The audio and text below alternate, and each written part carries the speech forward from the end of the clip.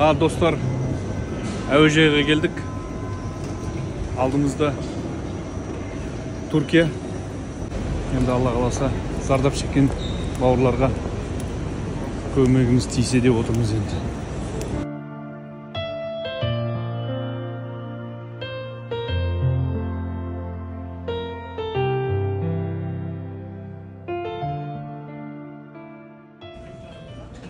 Достар, міне Стамбулға келдік.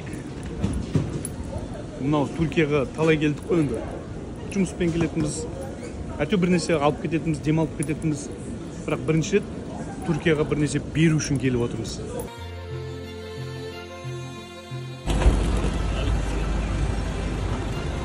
Міне біздің көлігіміз.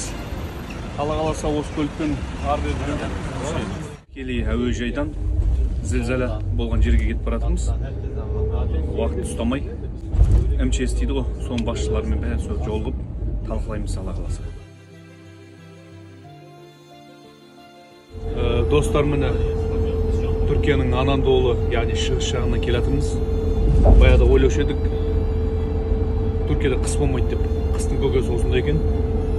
Қар, шамамен бір жарты метрдей қар бар мына жерде. Жұмыспен келетіміз, әте бір нәрсе алып кететіміз, демалып кететіміз. Бірақ бірінші рет Түркияға бір нәрсе беру үшін келіп отырмыз.